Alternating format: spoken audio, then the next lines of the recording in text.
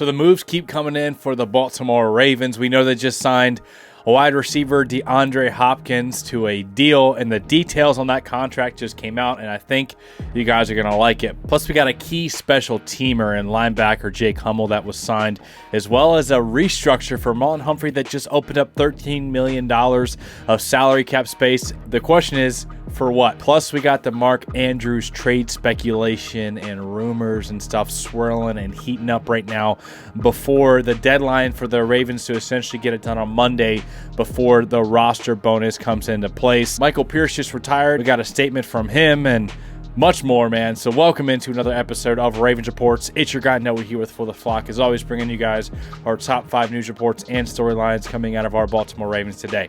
So unfortunately, this will be my last video in the studio here for the next probably 2 weeks. I will be away and won't have access to provide videos in this format. However, I may have opportunities to come and just do a quick little upload if something comes out. So still make sure you got your subscribe and notification bell on. As always, make sure to smash the like button if you get any value out of these videos, man. Let's go ahead and dive into the content. At number 1, Deandre Hopkins. I'm going to give you my reaction, my thoughts on this, because I haven't got a chance to talk to you guys about this yet, and I absolutely love this move for the Baltimore Ravens. I don't know how any Ravens fan can be upset with this move. They got DeAndre Hopkins at an absolute steal. I just saw Marquez Valdes-Scantling get signed for $6 million or $5.5 million with the Saints. And we just got DeAndre Hopkins for the same price. And guess what? The details came out. It's only $2 million on this year's salary cap. There's 4 void years, which leads me to believe with the aggressiveness of these void years, we'll talk about that more in a bit, but the Ravens aren't done making moves yet. But with this move, DeAndre Hopkins adds a proven, strong set of hands.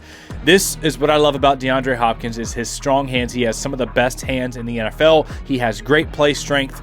He's an above-the-rim type of player, great back shoulder catcher. So he adds a different flavor to the current Ravens wide receiver core with Rashad Bateman and Zay Flowers, who are more pure separators, route runners, make you miss and stuff like that. But DeAndre Hopkins got some real play strength. He can catch the ball above the rim. I think he's going to have a nice amount of touchdowns this upcoming year. He had 600 yards and 5 touchdowns last year.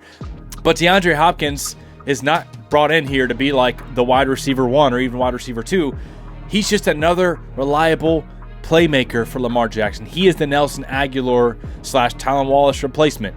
We only really had 3 wide receivers on the roster with Rashad Bateman, Zay Flowers, and Devontae Walker. Now we have Rashad Bateman, Zay Flowers, DeAndre Hopkins as wide receiver 3, replacing that Nelson Aguilar role to be that, I think he's going to be a big-time, stick chain mover, reliable target. He's also really good in those scramble drills, finding the soft spots in the zone and making himself available and going up and getting the ball. I think he's going to be a big playmaker in that regard for Lamar. But then you also got Tylan Wallace, who was just signed to another deal. He had about 200 yards last year, that big touchdown against the Bengals. Also a key special teamer.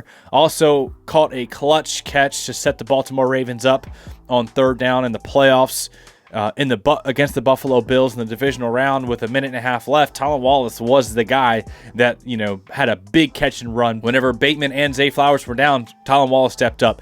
He makes the most of his opportunities. I like me some Tylan Wallace. So now it's Rashad Bateman, Zay Flowers, DeAndre Hopkins, Tylan Wallace, and Devontae Walker. You have room for probably one more wide receiver that you're probably going to draft, or maybe that's Dayton Wade. But the wide receiver room is now shaping into place. You got Youngtown on rookie deals. You got vets. You got flavor. If I had to guess, I think DeAndre Hopkins will be around that 500 to 600 yards again this year. He'll probably have 7+ touchdowns, and he'll probably have some nice key highlight moments in some big games and some big moments. But the other nice thing here is, like, if Zay Flowers or Bateman goes down, you have a competent guy that can step up as a wide receiver too. Baltimore Ravens also signed a linebacker, Jake Hummel. So far they've added DeAndre Hopkins, linebacker Jake Hummel. He's more of a special teams ace. He played on like 80% of special team snaps for the Rams last year. So key special teamer to help kind of replace Chris Board, who left the Baltimore Ravens in free agency. The Ravens also lost Malik Harrison to the Pittsburgh Steelers. I don't know what's up with them stealing our linebackers. They grabbed Patrick Queen last year. We also lost Patrick McCarry and Brandon Stevens to the Jets. So the key losses is 2 starters, left guard McCarry and outside corner Stevens. However, the Ravens don't really have any other needs besides those 2 losses. And let's not forget, they still have options on the roster for those guys. For left guard, it could be Andrew Voorhees. For outside corner, it could be TJ Tampa, who they grabbed last year, or Jalen Armour-Davis on the last year of his rookie deal. You got options. The Ravens also just released Arthur Millette, saved about $2 million in salary cap. But the big key losses here, corner and guard, and you got 11 draft picks to address those positions there. There's no really glaring holes on the Ravens roster right now. Maybe you want to upgrade a pass rusher, corner, guard, but you're in pretty good shape heading into the draft. And I got a feeling the Ravens aren't done, because at number 2, the Baltimore Ravens just restructured Marlon Humphrey. His deal opened up $13 million in salary cap space, added some void years. Man, the Ravens getting aggressive with these void years. Essentially what it means is you just push his money down to future years, and those years will be counting on the salary cap, even though that player is no longer currently on the roster. So it's kind of risky, but whenever you spread it out and it's like $2 million per year over a few years, that's not a huge implication on the salary cap. But the Ravens are doing that because I believe they think the salary cap is going to keep rising, how it has been. And I also think, especially with the NFL, expanding into the international waters, going to England and Brazil and Germany, some of the other countries they're going to. But also, I think they're gearing up for a big move. I think they're thinking, hey, Derrick Henry's got another year on his deal. We got Lamar locked up before his cap numbers start to kind of rise in a few coming years. We're so close. We see a wide open window to go and get this thing. They were the last 2 years, man. They were so close. Like AFC Championship appearance and then AFC Divisional Round appearance, where they, the ball came out of Mark Andrews on the fumble. Lamar fumbled early in the game. Just stupid self-inflicted wounds. The Ravens outgained the Bills like 450 yards to 200. But just a couple key mistakes on the road. Couldn't overcome. Mark Andrews drops a 2-point conversion. We know how it ends. They think they're really close, and I think they're going to make a big splash in free agency, whether it's for another corner or a pass rusher. Keep your eye out, because I think something's coming. Speaking of something coming, and Mark Andrews at number 3, stuff is heating up about a possible trade for Mark Andrews. All right, so trading Mark Andrews or releasing Mark Andrews, I don't think they're going to straight up release him, but if they were to trade him, it would save up $11 million of cap space. Right now they have about 15-ish. They're going to need about 10 to 12 mil to sign their rookie class with 11 draft picks right now. But if they were to trade Mark Andrews, that would open up a big chunk of salary cap for a big move. Whether that's, some people are speculating like, oh, we could trade for Micah Parsons and then send Odafe Owe as part of that package, or maybe Jair Alexander or one of these type of moves. But all I know, Eric DeCosta, he's got something up his sleeve. I think he's going to be aggressive, and I'm excited to see what he does. But with the Mark Andrews situation, if they're going to trade him, it's kind of obvious they would do it before Monday, because Monday, Mark Andrews has a roster bonus, like a bonus that kicks in, and they have to pay that to him. They're not going to pay that to him and then immediately trade him. They would want to trade him before that, bonus kicks in. So pretty much keep your eye out. If they're going to trade Mark, it's probably going to be before Monday. I love Mark Andrews. I think if we could get, a third-round pick or something like that for him, I'd be willing to part ways if it means bringing in an elite pass rusher or an elite corner. I love Mark, man. I literally have his jersey back here signed. I do know that, however, he's going to be a free agent next year, and so is Isaiah Likely. And it's a no-brainer for the Ravens to go with Isaiah Likely, who's about 5 years younger and who's just got that clutch gene. He makes the big plays in the big moments. You saw him catch that touchdown, in the AFC Divisional, on the road, at the Bills, sliding catch in the snow. I think likely, probably if you had to pick one, they should go younger there. He's a playmaker, and he really does have that dog playmaking clutch gene in him, and got that connection with Lamar too.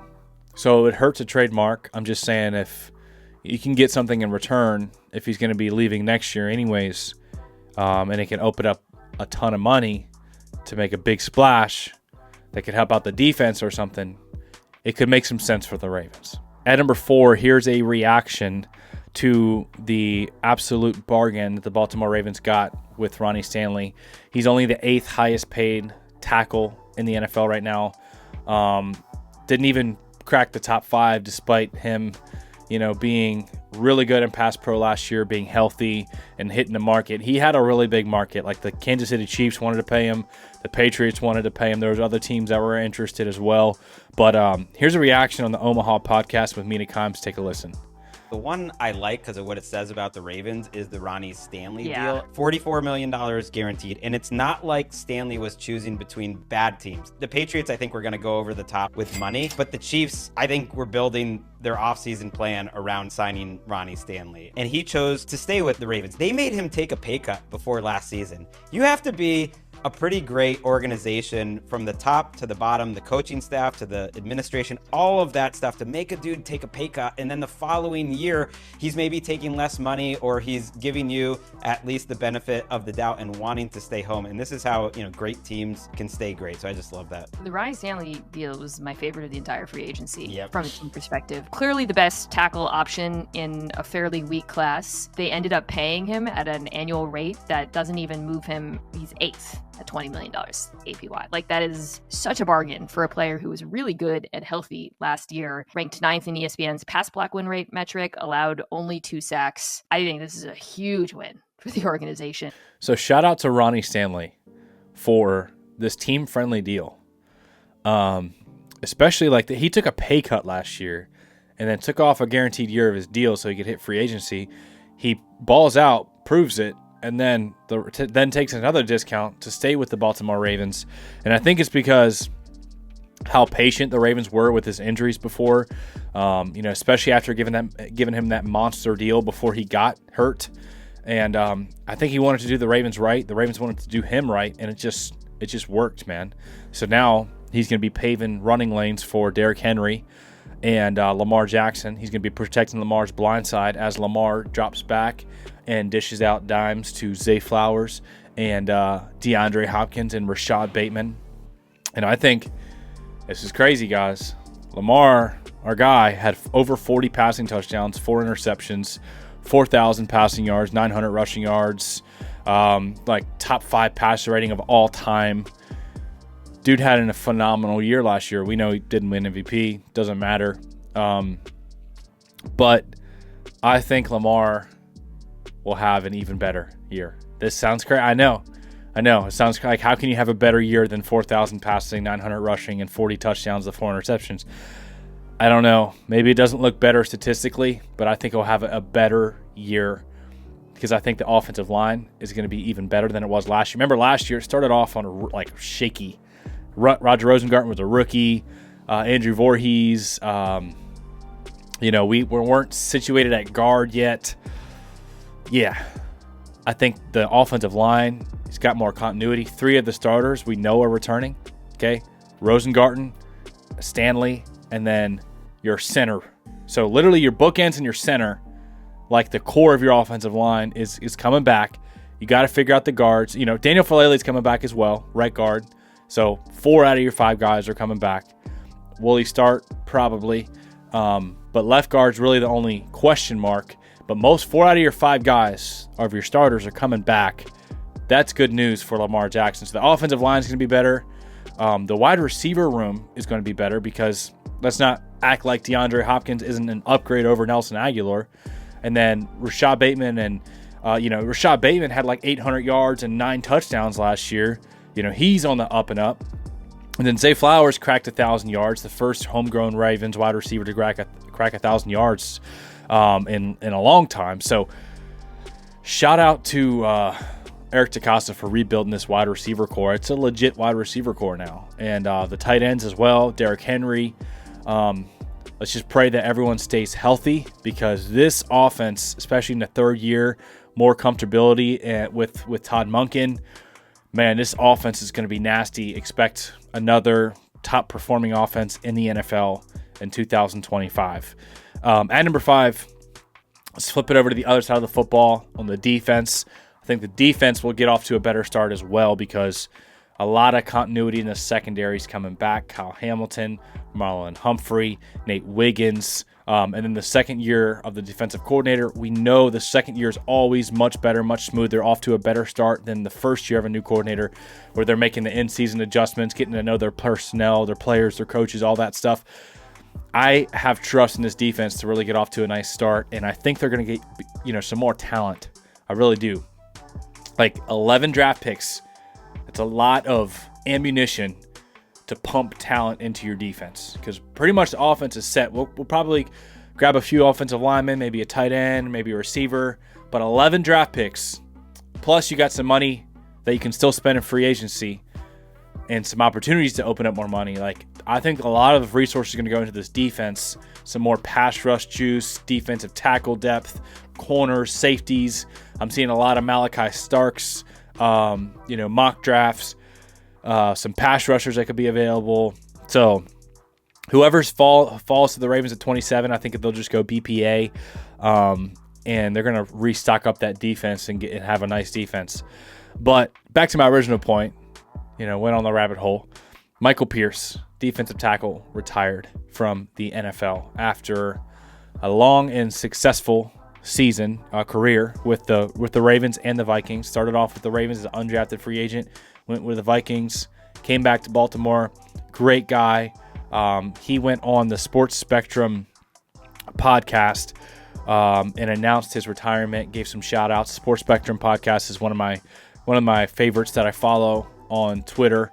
It's a faith-based, so they take all of the NFL athletes and NBA, all the world-class athletes that have faith in Jesus, and they compile and they interview these players with a faith-based focus. And Michael Pierce went on the podcast and talked about his retirement, man. Here's what he had to say. Thanks for having me, man. After 9 seasons, after much prayer, talking to my family, just going through the grind, man, and just being satisfied where I am, looking forward to doing other things in life, I just decided to call it a career. So it's been a beautiful, beautiful, beautiful 9 years. I've had so many people help me along the way. I'd like to thank a few people personally. Obviously, my Lord and Savior Jesus Christ first and foremost. I would go to my dad, who sacrificed so much for me to even be here, from down to moving high schools down in Mobile so I could play. He believed in me that much. Thankful to my dad for the sacrifice he made for not only myself, but like I said, for our family. Thankful to my wife for her amazing, amazing support. And then we can go down to Ozzie Newsome, who gave me a start out of Sanford, undrafted kid. I guess not a lot of people felt that I could play, but Ozzie and his staff, Coach Joe Cullen was my first D-line coach. They gave me a chance when not many people were willing to take a chance on me. So I'm grateful to them. I'm grateful for Mr. DeCosta for bringing me back on my second stint in Baltimore. Obviously, Coach Harbaugh, and the list can go on and on and on. I'd like to say a special shout out to Miss Valerie, who was like a mother to me, one of our secretaries in the front office in Baltimore, and just all of my teammates, man, from obviously, Lamar Jacksons and all those guys, but Kyle Van Noy, one of my best friends, Brent Urban. The list can go on and on, but I would be remiss if I didn't shout out 2 of my big brothers, Terrell Suggs and Brandon Williams. If they didn't have confidence in me, I probably wouldn't have had confidence in myself. So I'm super grateful to all those people. And like I said, I've thanked a lot of other people before I left the building, but those deserve a special, special shout. All right, guys. So if you got any value out of today's content, man, make sure to hit the like button. Let me know, what do you think the Ravens got up their sleeve? Will Mark Andrews be on the roster? Will he not? Let me know what you guys think about D-Hop. I think it's a nice move. Nice wide receiver 3, depth piece. Lamar always wanted to play with D-Hop. D-Hop wanted to play with Lamar. I think it's a nice match, man. I love you guys. I appreciate you guys. Thank you all for tuning in, and we'll see you in the next video.